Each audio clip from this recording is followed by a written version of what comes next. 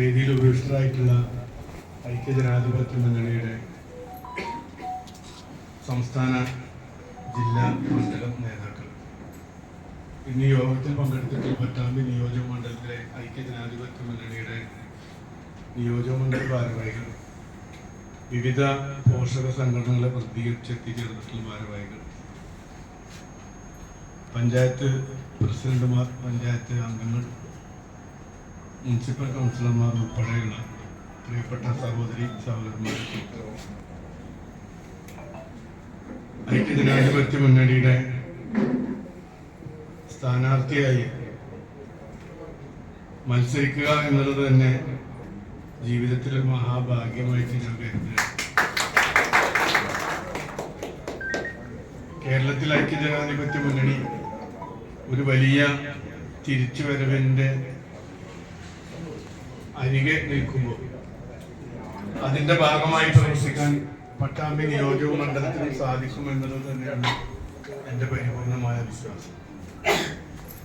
നിരവധി വർഷക്കാലമായി ഒരു പൊതുപ്രവർത്തകൻ എന്ന നിലയിൽ ഈ നിയോജക മണ്ഡലത്തിന്റെ എല്ലാ മേഖലകളും രാഷ്ട്രീയ പ്രവർത്തനത്തിന്റെ ഭാഗമായി എത്തി എന്നുള്ളത് കൊണ്ട് തന്നെ തികഞ്ഞ ആത്മവിശ്വാസത്തോടു കൂടി തന്നെയാണ് ഈ ഒരു തെരഞ്ഞെടുപ്പിനെ നേരിടുന്നത്. ഇന്ന് ഈ വേദിയിലിരിക്കുന്ന നേതാക്കളെ കുറിച്ച് നമുക്ക് എല്ലാവർക്കും അറിയാം. കഴിഞ്ഞ അരനൂറ്റാണ്ട് കാലമായി പട്ടാമ്പി നിയോജക മണ്ഡലത്തിലെ വിവിധ തെരഞ്ഞെടുപ്പുകൾക്ക് നേതൃത്വം നൽകിയ ആളുകളാണ്, പരിചയസമ്പന്നരായ ആളുകൾ. ആ പരിചയസമ്പന്നരായ ആളുകളുടെ നിർദ്ദേശങ്ങൾക്ക് അനുസരിച്ച് പ്രവർത്തിച്ചു കഴിഞ്ഞാൽ യാതൊരു കാരണവശാലും നമുക്കൊരു പരാജയം ഉണ്ടാവില്ല എന്നുള്ള കാര്യത്തിൽ യാതൊരു സംശയമില്ല. അതിന്റെ ഒരു മാറ്റം എന്ന് പറയുന്നത് ഒരു പുതിയ കാലഘട്ടത്തിൽ സോഷ്യൽ മീഡിയയുടെ കാലഘട്ടമാണ്. നേരത്തെ നേതാക്കൾ പ്രസംഗിക്കുമ്പോൾ സൂചിപ്പിച്ചു, പല സോഷ്യൽ മീഡിയ ഹാൻഡിലുകളിലും ഐക്യജനാധിപത്യ മുന്നണിക്കെതിരായും ഐക്യജനാധിപത്യ മുന്നണിയുടെ നേതാക്കൾക്കെതിരായും ഐക്യജനാധിപത്യ മുന്നണിയുടെ സ്ഥാനാർത്ഥിക്കെതിരായും വ്യാപകമായ രീതിയിലുള്ള പ്രചരണങ്ങൾ നടക്കുന്നുണ്ട്.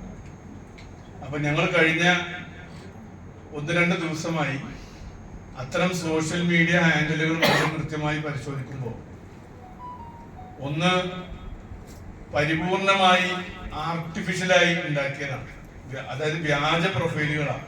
കോൺഗ്രസിന്റെ പേരിലും INC കരിങ്ങനാട് അല്ലെങ്കിൽ INC വല്ലപ്പുഴ, INC പട്ടാമ്പി എന്നൊക്കെ പറഞ്ഞ് വ്യാജ പ്രൊഫൈലുകളാണ്. അത്തരം വ്യാജ പ്രൊഫൈലുകളിൽ നിന്നാണ് കോൺഗ്രസിനും മുസ്ലിം ലീഗിനും ഉൾപ്പെടെയുള്ള ഐക്യജനാധിപത്യ മുന്നണിക്കെതിരായിട്ടുള്ള പ്രചരണങ്ങൾ നടന്നുകൊണ്ടിരിക്കുന്നത്.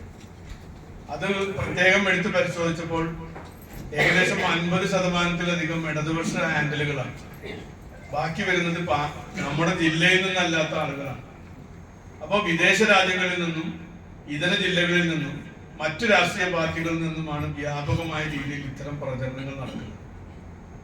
അപ്പൊ UDF സംബന്ധിച്ചിടത്തോളം വരുന്ന ദിവസങ്ങളിൽ അതിന് കൃത്യമായി കണ്ടെത്താനും അതിന് കൃത്യമായി മറുപടി കൊടുത്തും സോഷ്യൽ മീഡിയ ഹാൻഡിലുകളിൽ കൃത്യമായ ഒരു പ്രതിരോധം തീർക്കുന്നതിന് വേണ്ടിയുള്ള ഒരു പ്രവർത്തനത്തിനാണ് നമ്മളൊക്കെ നേതൃത്വം നൽകേണ്ടത്.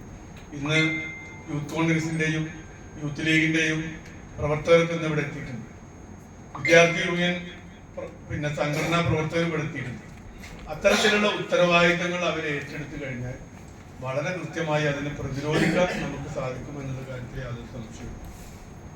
നമ്മൾ കൃത്യമായി പറഞ്ഞാൽ ഒരു ഇടതുപക്ഷ ജനാധിപത്യ മുന്നണി ഗവൺമെന്റിനെതിരായിട്ടാണ് നമ്മൾ ഈ തെരഞ്ഞെടുപ്പിൽ മത്സരിക്കുന്നത്.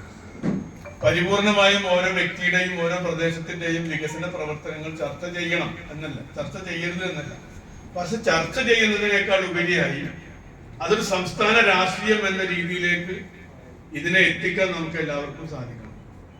ഇപ്പോ നമ്മുടെ നിയോജകമണ്ഡലം നമുക്ക് എല്ലാവർക്കും അറിയാം, ബഹുഭൂരിഭാഗം പഞ്ചായത്തുകളും നഗരസഭയും ബ്ലോക്ക് പഞ്ചായത്തൊക്കെ ഭരിക്കുന്നത് UDF ആണ്. ഒരു MLAക്ക് ഒരു UDF ഭരിക്കുന്ന പഞ്ചായത്തിൽ ഒരു UDF ഭരിക്കുന്ന നഗരസഭയിൽ ഒരു വികസന പ്രവർത്തനം